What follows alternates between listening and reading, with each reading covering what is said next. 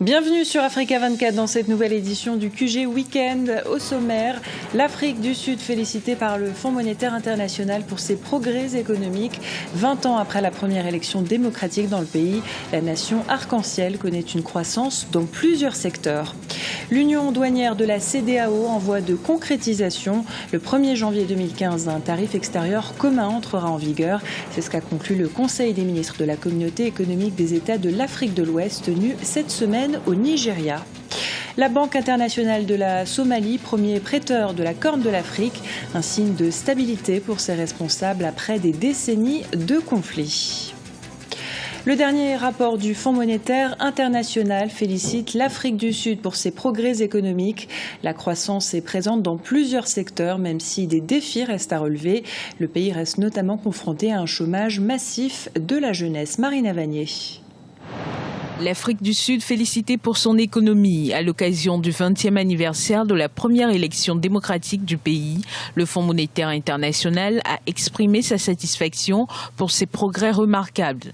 Le revenu par habitant a augmenté, l'accès à l'éducation et aux soins de santé s'est aussi amélioré. Le pays jouit d'une stabilité macroéconomique avec des institutions solides. Il y a aussi l'aboutissement d'importants projets portés par l'État, notamment l'achèvement de la centrale électrique de Medupi. Malgré les progrès accomplis, l'Afrique du Sud fait face à d'immenses défis socio-économiques. Avec près de 25% de la population active au chômage, dont 65% des 15 à 24 ans, l'emploi reste l'un des principaux enjeux sociaux de l'Afrique du Sud. Cette année est le 20e anniversaire de la première élection démocratique en Afrique du Sud. Et l'Afrique du Sud a vraiment parcouru un long chemin depuis lors. Le niveau de vie de ses citoyens se sont considérablement amélioré. L'accès à la santé et à l'éducation s'est également amélioré de manière significative. Le gros défi est encore le chômage. L'Afrique du Sud a longtemps été la première économie d'Afrique. Elle représentait quelque 30% du PIB de l'Afrique subsaharienne et 70% de celui de l'Afrique australe. Aujourd'hui détrônée par le Nigeria, elle demeure un poids économique du continent. Le fait que l'Afrique du Sud ne soit plus la première puissance économique africaine n'est pas en contradiction avec les félicitations du FMI. En ce sens que la puissance économique d'un pays est mesurée par rapport à son produit intérieur brut, donc par rapport à la richesse produite. Deux pays peuvent évoluer séparément et avoir des niveaux d'augmentation de leur production intérieure brute. Par contre, si on revient à la production intérieure brute par habitant, on se rend bien compte que le Nigeria est poussé par son effet volume du fait de sa population. Donc l'Afrique du Sud mérite non seulement les félicitations du FMI du fait de son activité économique, et lorsqu'on regarde dans le détail de la production intérieure brute par part d'habitants, on se rend bien compte que l'Afrique du Sud reste bien leader au niveau du continent. La prévision de croissance pour 2014 a été ramenée de 2,8% initialement prévue à 2,3%. Une décision qui exige des réformes structurelles en vue d'une amélioration de la croissance et la création d'emplois selon des spécialistes. En Libye, des milices de la région de Derna, dans l'est du pays, ont créé une coalition alors que le gouvernement, reconnu par la communauté internationale, projette de lancer une offensive pour reprendre cette ville. Écoutez le point de vue de l'analyste politique Kamel El-Merach. Derna est très connue maintenant, même au niveau international. C'est la ville qui abrite plusieurs groupes terroristes depuis à peu près 2 ans. Maintenant que le général Haftar a réussi presque à sécuriser Benghazi, et ben maintenant le prochain cible pour le général Haftar, c'est Derna. Donc Derna vit aujourd'hui encerclée. Et cette situation a poussé les groupes, les différents groupes. Il y a Daesh aussi à Derna récemment qui était annoncé. Donc ils sont fait en alliance entre eux pour défendre la ville de Derna contre l'offensive qui va commencer très prochainement par le général Haftar. Le ministre soudanais de la Défense Abdulrahim Mohamed Hussein a annoncé que Khartoum allait lancer une offensive majeure sur tous les fronts de guerre. L'opération dénommée Été décisif 2 concernera le Darfour, le sud Kordofan, le Soudan occidental et les régions du Nil bleu et du sud-est du Soudan. Écoutez l'analyse faite par notre éditorialiste Alfred Chango. je pense qu'il faut toujours privilégier les négociations, la discussion à la reprise des armes. Puisque quand on regarde la situation du Soudan aujourd'hui, depuis 2011 où ces mouvements rebelles se sont soulevés contre le gouvernement de Khartoum, le Khartoum n'a jamais réussi véritablement à les vaincre. Et donc, même quand il a soutenu les Janjaouides au Darfour, on a vu que malgré cela, le gouvernement n'a pas réussi à éradiquer réellement ces mouvements rebelles qui se sont insurgés contre le pouvoir central. Je pense effectivement qu'il y a là de la rodomontade, qu'il y a des pantalonnades, mais qu'ils finiront par revenir autour de la table des négociations pour régler une bonne fois pour toutes cette crise qui secoue le Soudan, notamment du côté du Nil bleu et puis dans le Kordofan. En 2016, une carte d'identité biométrique sera mise en circulation au sein de la communauté économique des États de l'Afrique de l'Ouest. L'information a été donnée ce jeudi à l'issue du Conseil des ministres des pays membres de la communauté. Cette mesure s'inscrit dans les efforts entrepris pour faciliter l'intégration économique au sein de l'Union. Guévanido.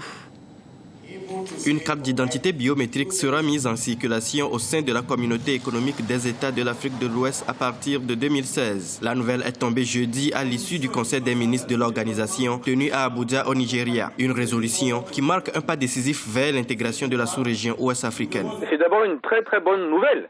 Si on ne l'avait pas fait, nous avons dans cette zone un très gros problème avec un taux de croissance de 6,3%. prévu pour 2014. Il est impossible aujourd'hui de continuer à garder ce taux de croissance si les freins à la circulation des personnes, des biens et du capital dans cette zone devaient continuer. Le système douanier qui finalement est contigu à tout ce problème va être allégé. Fondamentalement, nous allons améliorer le commerce. Nous allons donc améliorer l'intégration régionale qui est l'objectif visé, avec beaucoup de chances de monter de 6 à 7% si bien sûr la corruption ne vient pas gêner cette affaire. Selon le rapport des chefs des services de l'immigration de la communauté qui a été approuvé jeudi par le Conseil des ministres, cette nouvelle carte viendra remplacer le certificat de voyage actuellement en vigueur. Pour ce faire, elle sera soumise à la conférence des chefs d'État et de gouvernement qui se tiendra dimanche et lundi en vue de son adoption. Nous pouvons être fiers des acquis de cette communauté, que ce soit en matière de libre circulation des personnes, où nous avons aboli les visas, voilà maintenant une trentaine d'années. Nous avons même acquis le droit de résidence et le droit d'établissement, ce qui n'est pas rien. Nous travaillons actuellement à ce que l'application effective de ces protocoles s'améliore de jour en jour sur le terrain. Par ailleurs, la réunion du Conseil des ministres de la CEDEAO a également permis aux participants d'examiner le rapport annuel 2014, lequel rapport indique que les prévisions de croissance s'annoncent positives pour la communauté, avec une activité économique devant progresser de 5,3% en 2014 contre 4,8% en 2013. Lors de sa réunion, le Conseil des ministres de la Communauté économique des États de l'Afrique de l'Ouest a également annoncé l'entrée en vigueur du tarif extérieur commun. Ce sera le 1er janvier 2015. Avec cette mesure, l'union douanière de la CEDEAO se profile. Christelle Mbayandaya. Le tarif extérieur commun de la CEDEAO entre effectivement en vigueur le 1er janvier 2015. À Abuja, au Nigeria, les ministres des Finances et les ministres chargés de l'intégration des États membres de la CEDEAO l'ont réaffirmé. C'était au cours du 73e Conseil des ministres de l'institution sous-régionale. Les ministres ont insisté sur les avancées significatives notées dans les autres secteurs pour aller vers l'intégration de la sous-région. Il s'agit d'œuvrer pour une libre circulation effective entre les pays avec l'achèvement de la construction des postes frontaliers juxtaposés entre le Ghana et le Togo et le lancement des travaux de réalisation des mêmes postes entre le Bénin et le Nigeria. Un des grands chantiers de la CEDEAO, c'est l'intégration économique régionale. On ne peut y parvenir sans réaliser un minimum d'union douanière. Et une des étapes essentielles à cette union douanière, c'est la mise en place d'un tarif extérieur commun. Il s'est révélé que tous les États ont mis en place les mécanismes nécessaires pour passer effectivement au 1er janvier 2015 au tarif extérieur commun. La 73e session ordinaire du Conseil des ministres de la CEDEAO a également insisté sur l'importance des défis de l'organisation en 2015, année au cours de laquelle la CEDEAO aura 40 ans. Il est prévu de marquer l'événement par des manifestations de grande envergure. Il s'agira d'en profiter pour mieux faire connaître, notamment aux jeunes de tous les États membres, les objectifs et les réalisations de l'organisation. La Banque internationale de la Somalie est devenue le premier prêteur de la Corne de l'Afrique pour gérer les transactions étrangères. Pour les responsables de la banque, c'est le signe que le pays se stabilise après des décennies de conflits. Les développements de Marina Vanier. Nationale de la Somalie, IBS, est désormais considérée comme étant la meilleure banque en transactions étrangères du pays. L'institution financière a, depuis son ouverture en octobre 2009, mis l'accent sur les investissements étrangers, mais surtout sur les transferts de la diaspora somalienne. Environ 40% des familles du pays vivent de ces transactions appelées communément Achawala. Une pléthore de sociétés a vu le jour dans le pays pour faciliter ces échanges, estimés à plus d'1 milliard de dollars chaque année.